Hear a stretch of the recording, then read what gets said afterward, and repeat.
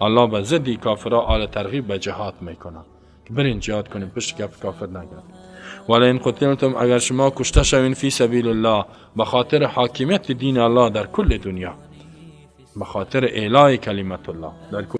ان الله اشترى من المؤمنین انفسهم و اموالهم بان لهم الجنه، به خاطر از که در مقابل مال مسلمان و خون مسلمان و جسم مسلمان الله بر از جنت میده.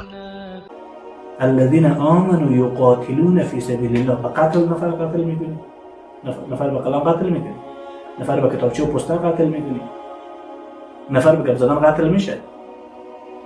همین قاتل کردن خو این طریقه واهم کار این طریقه واهم باشه. این نفر بزنه که خونه‌اش بیرون شه. و این ملا صاحب خودش از واهم میترسه، اصلا هر نمیشناسه، فعلیت نداره، در میدان جهاد